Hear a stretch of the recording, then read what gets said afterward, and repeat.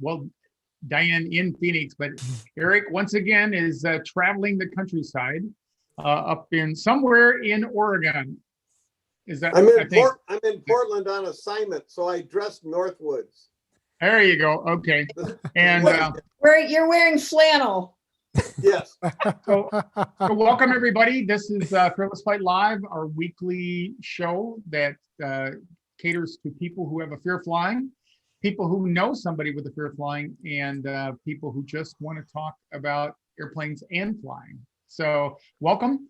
We always like to invite you first thing to our Facebook group. It's called Fearless Flight Birds of a Feather.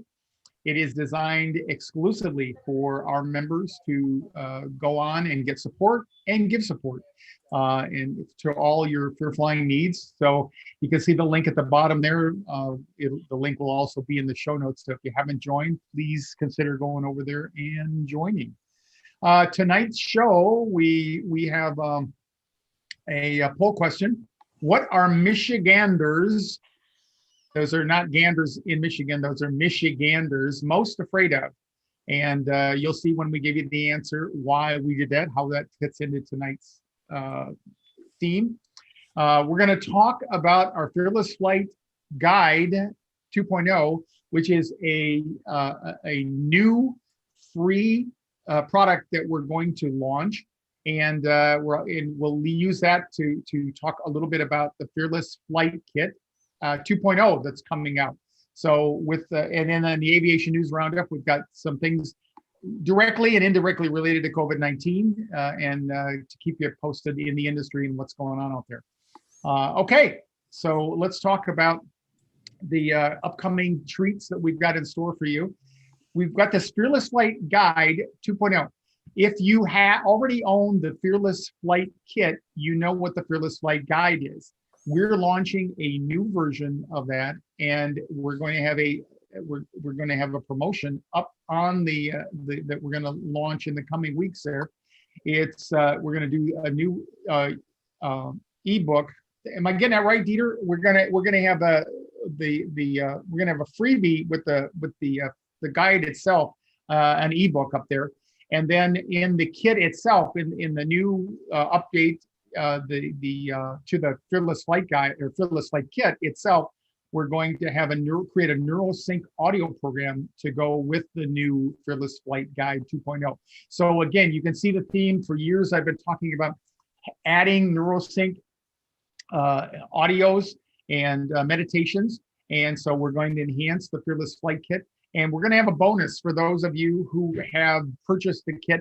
We're starting to see an uptick in the kits again, which leads us to believe that some of you are putting your toe in the flying water again. And we're glad to see that.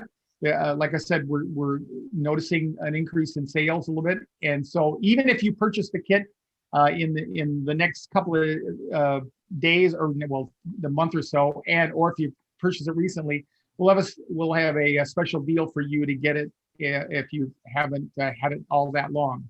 Yeah, so, and just to be clear, if you already do own the Fearless Flight Kit, then you will have access to the new Fearless Flight Guide yes. already. So, and that really includes how many did we count? There was 6 meditations or 6 pieces of NeuroSync meditations that are gonna come into that.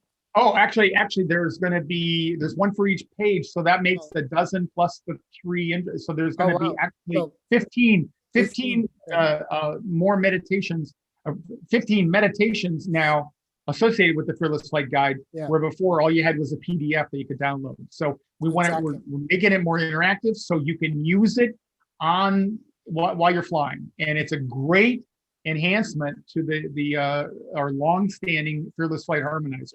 Okay. And I want to just make a quick shout out to our young, formerly Fearless Flyer and graduate of our online 201 class, Justin Scheiber, because he is the audio wizard that's helping us with all of that audio technology that we're packing into these meditations that makes them very Yeah, focused and very specific. And accent on the wizard part of the wizard. yeah, the there. wizard part. So Yeah. thanks so much, Yeah. Justin. Big shout out to you. Yeah, we really want to. He's just a very talented individual, and came forward, and we're putting him to work. So look forward to that. Now, what's coming out in the Fearless Flight Guide, or the Fearless Flight Kit 2.0? If Dieter can put that up there. Yeah. We mentioned there's going to be a new Fearless Flight Guide NeuroSync audio program with 15 new audios and meditations in there. There's going to be, we're going to update and enhance the takeoff videos. If you have it out there, you're familiar with that. Some of you are bothered by takeoff, so we did the next best thing to putting you in an airplane or a simulator. We created a couple of takeoff videos. We're going to completely rework those. We're going to enhance them, and we're going to turn them into NeuroSync meditations as well, the soundtracks. And let's see. So you'll, and they are videos. So one of the things that I've been asked over the years, believe it or not, is for people who have hearing disabilities. And so now we're moving in that direction as well. We're going to start captioning more of our videos and our video products, so that people with hearing disabilities can actually participate in that. So that's really exciting as well. Anything else you want to talk about in that regard, Dieter? No, I just you were very kind to say that some fearful flyers have challenges with takeoff. I'm just gonna share Jim Duke, one of our longtime Fearless Flight graduates and supporters.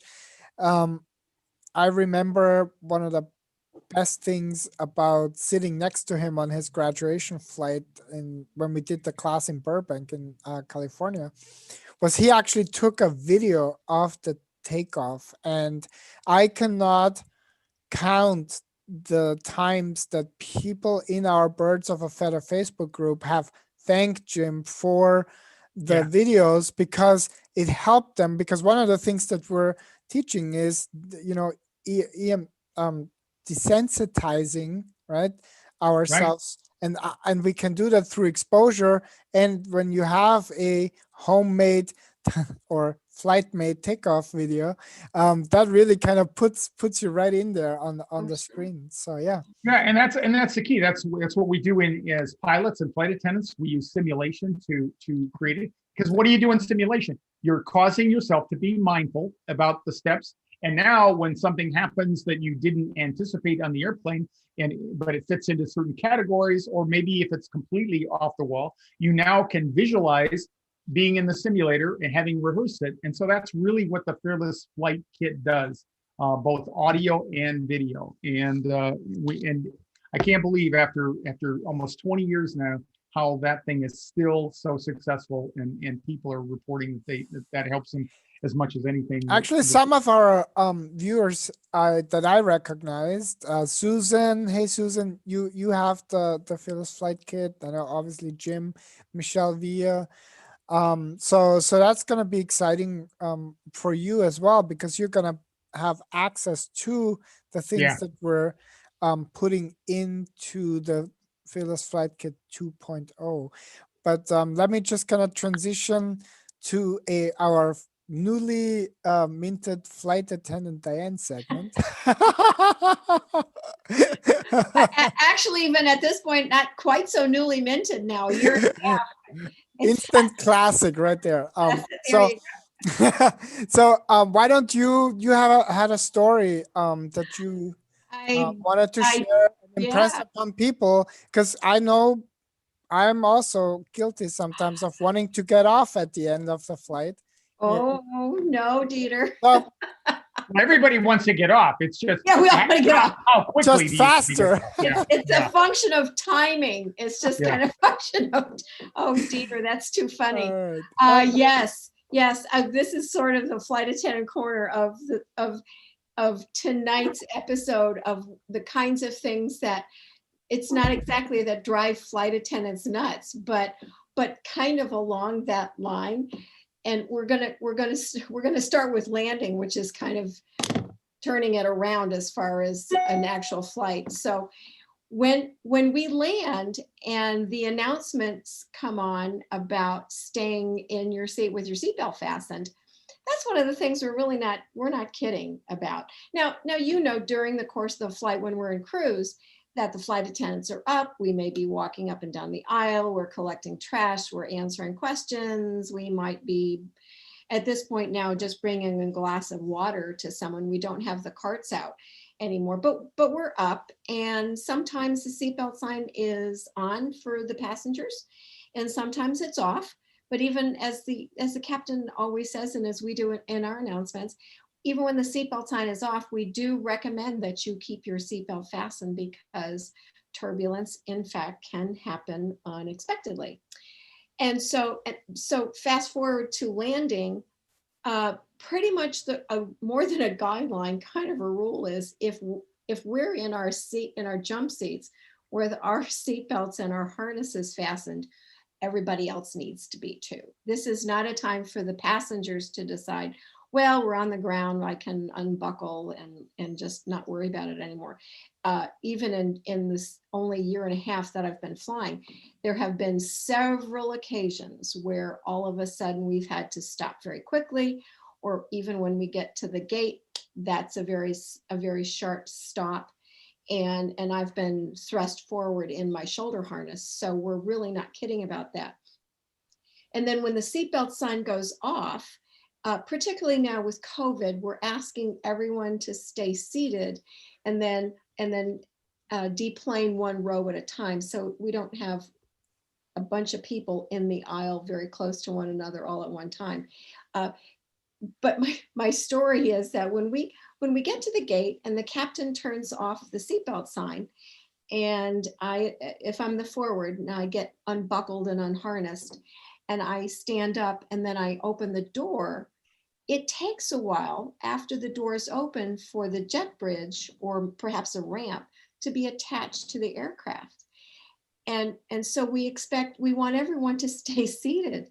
And this last trip, I pushed the door open, and just as the door was going open and I stood up and I turned around, there was a first class passenger, and he was right there, right next to me in the galley. And he said, "Can I get off now?" And I said, "Sir, please sit down." I said, the jet bridge isn't even attached. I didn't want him to go, off into the abyss. That kind of is not good, for our passengers when we lose them and they just kind of leap off. And the airplanes that you fly, Diane, right? They can't attach or connect the jet bridge until the doors open, right? Exactly. Yeah, which is whereas a larger airplane, when you open the door, typically the jet bridge is already up against the airplane, but not in the but not in ours.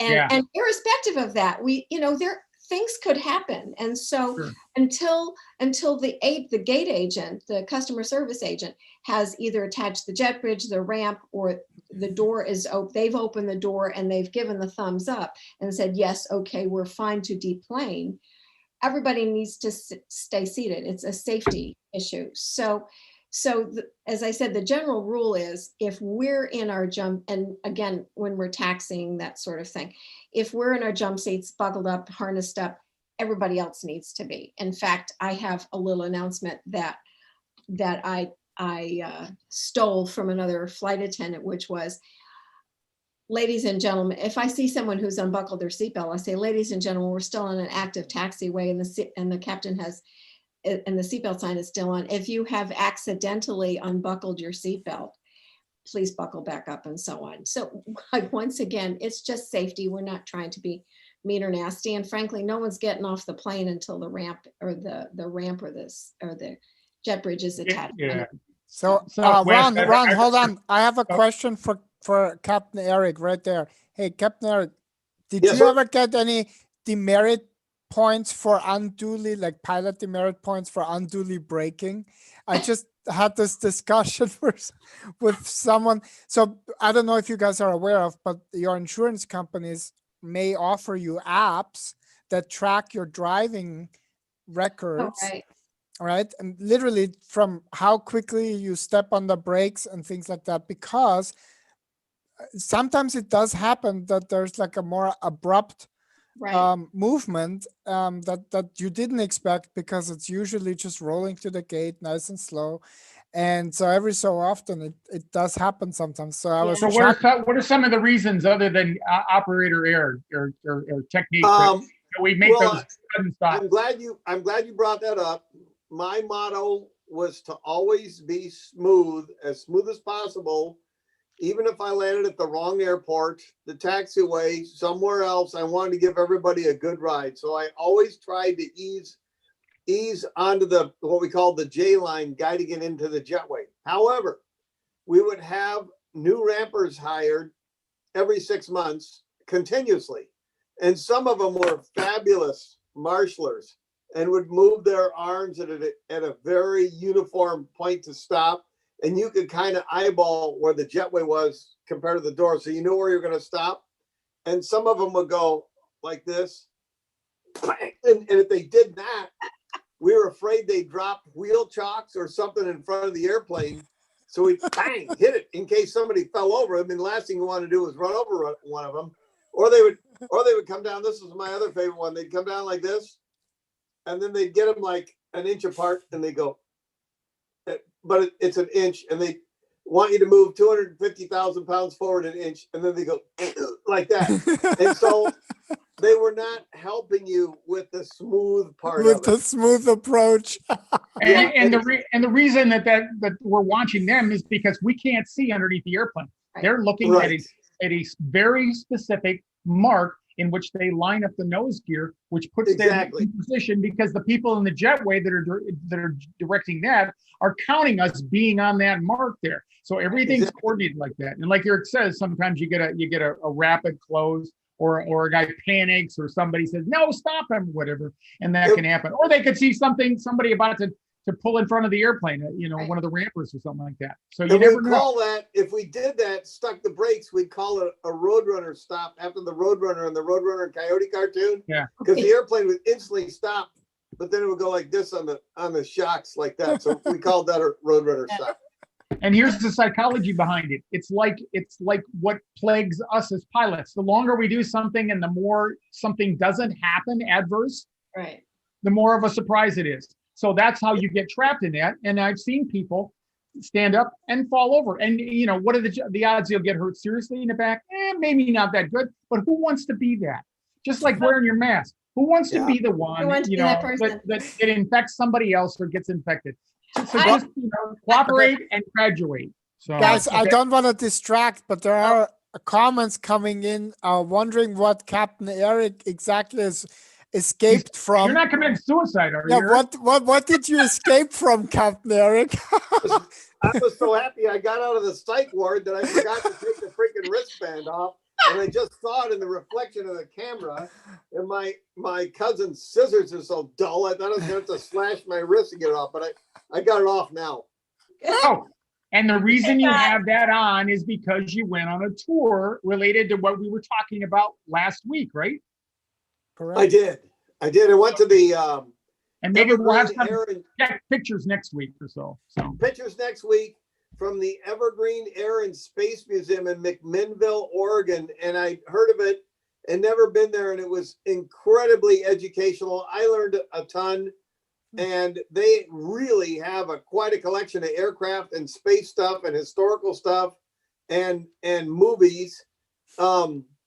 Did you? And I'll give you the very short one because this was one of the most interesting facts. You'd always heard of Wrong Way Corrigan. Yes. Do you know what the story with Wrong Way Corrigan was?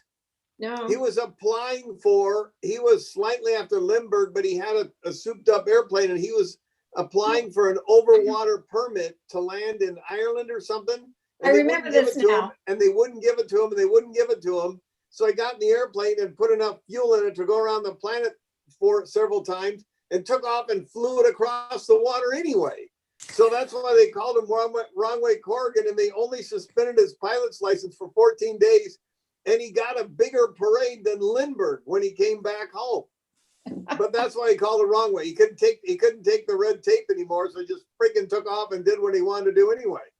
Oh, do they have his airplane up there? Yeah. Okay. They did. Wow. Yeah. That's really cool. And they have the Spruce Goose, which was Howard Hughes airplane. And how did they get that? Was there a significance in the history of the airplane, or just they were the high bidder and got the airplane? Walt, it was down in the dome, down with the Queen Mary, and it was owned by Walt Disney Studios in the dome. Right. And after a while, Walt Disney determined that it was not going to be any good in the Finding Nemo movies or any of this other kind of stuff that they had.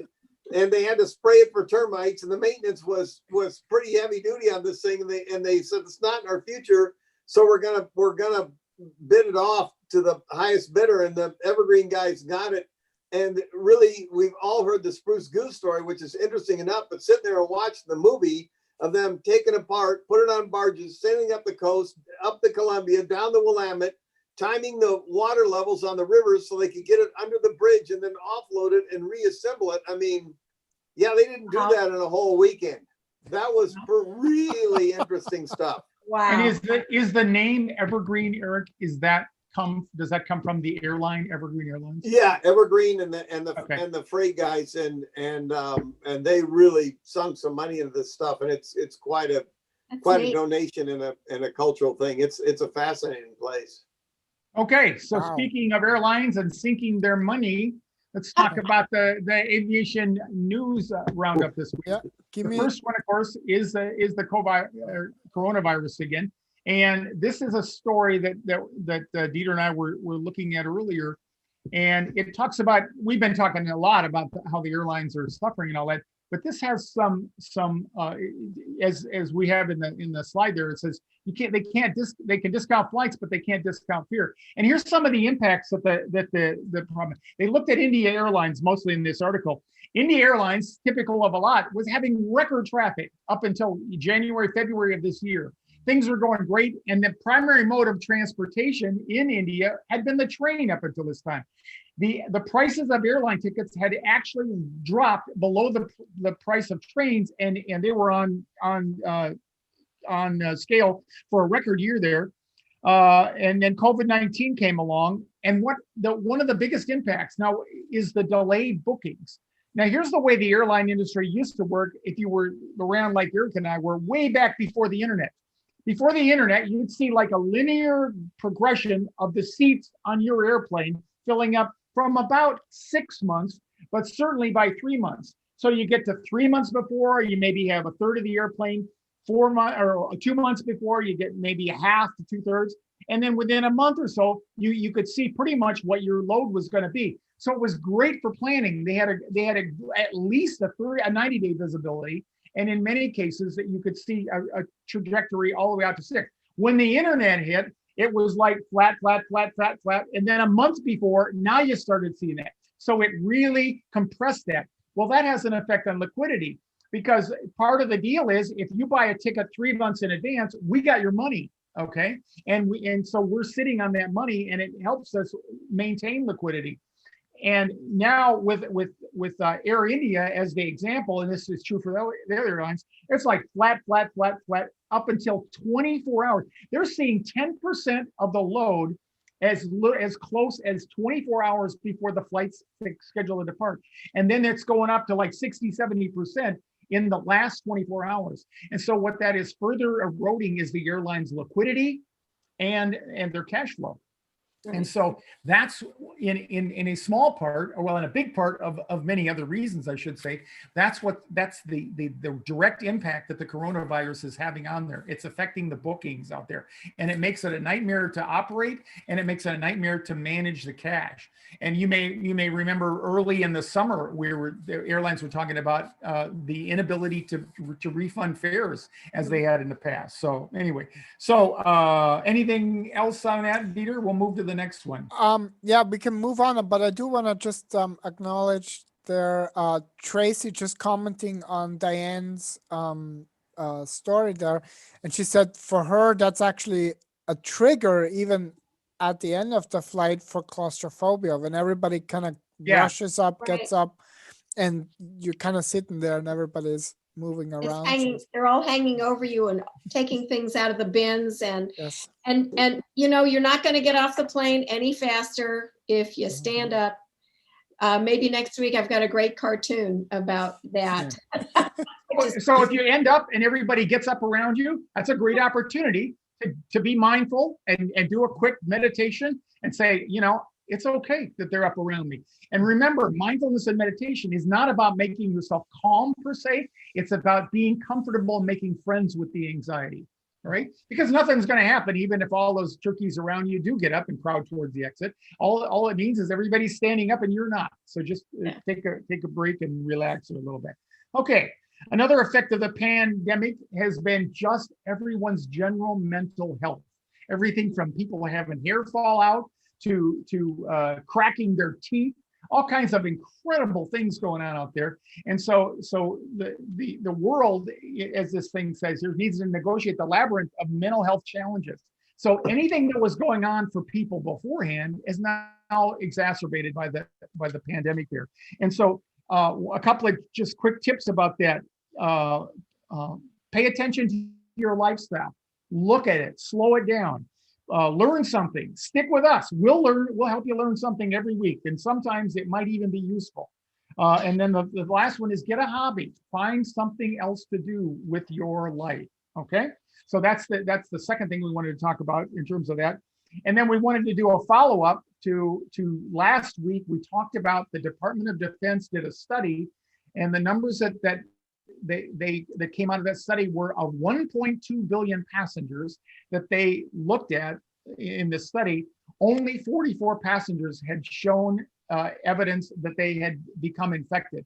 And there was a fellow on the board, his name is a doctor named Friedman, and he took exception to that. And so I wanted to be, in full disclosure, we wanted to talk about that.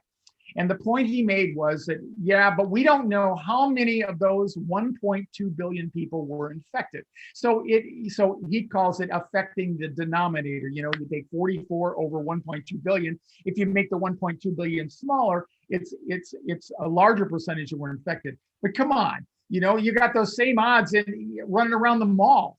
So at least with the airlines, there was some control. And I've been investigating taking a trip to Hawaii here. And I know last week we touched on the fact that American, and you guys remember who was the other airline, Delta maybe, that was going to start airport testing.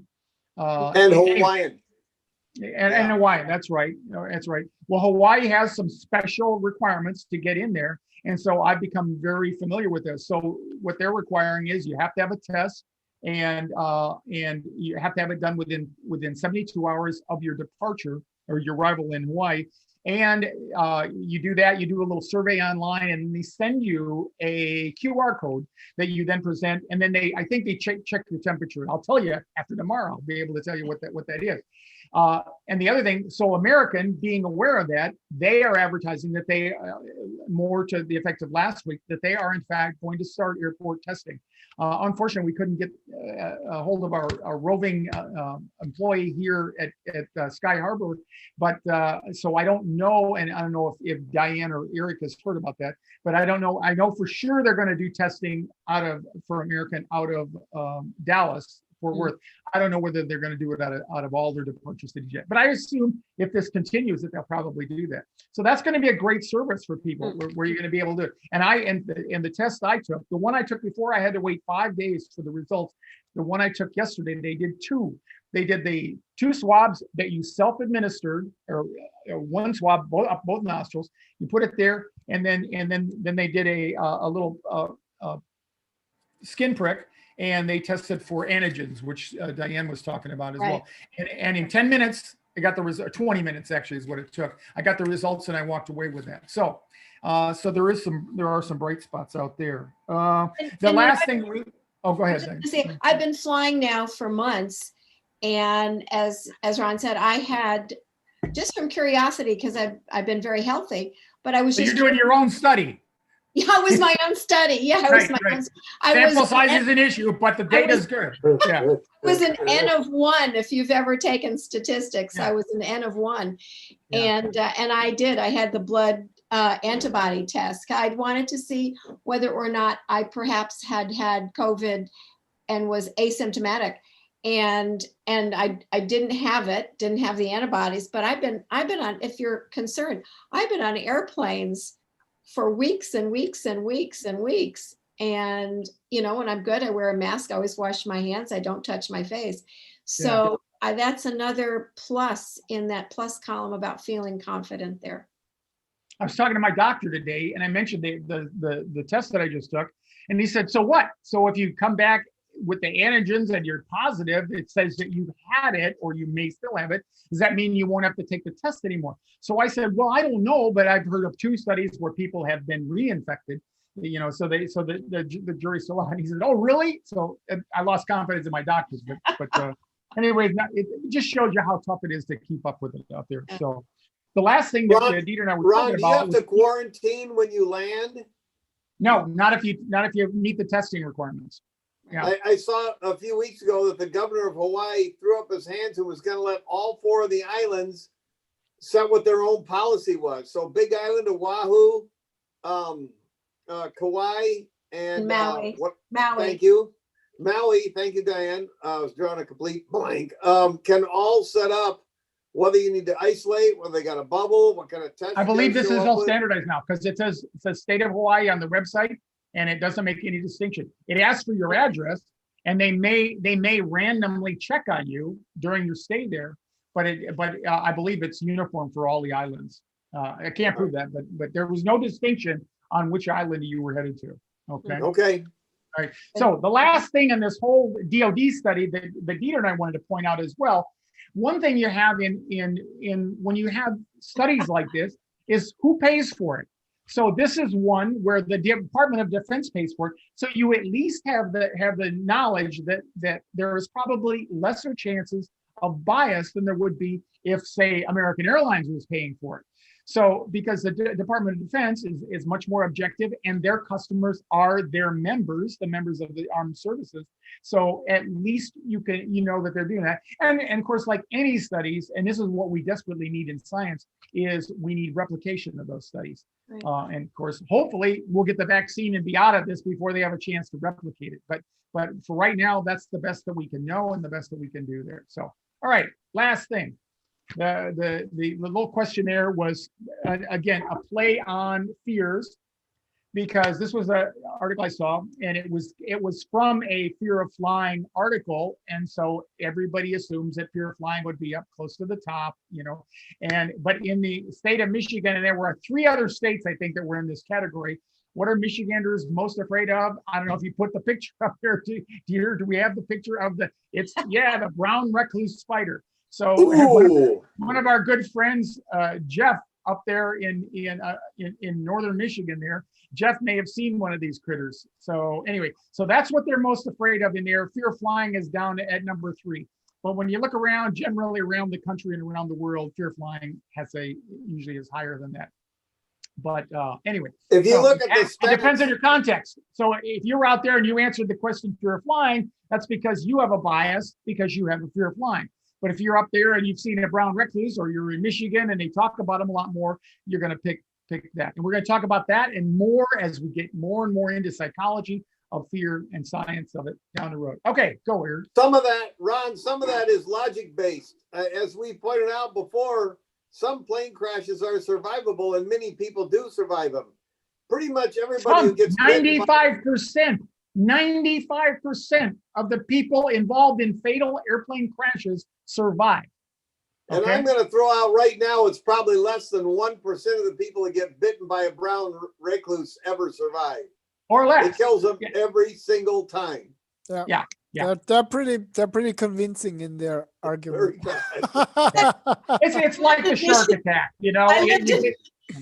I lived in Michigan and Lansing for 4 years, and the only thing we were afraid of was everybody in Ann Arbor at the University of Michigan. There you go. Or in Ohio State, everybody in Columbus, Woody Hayes. Anyway, so yeah.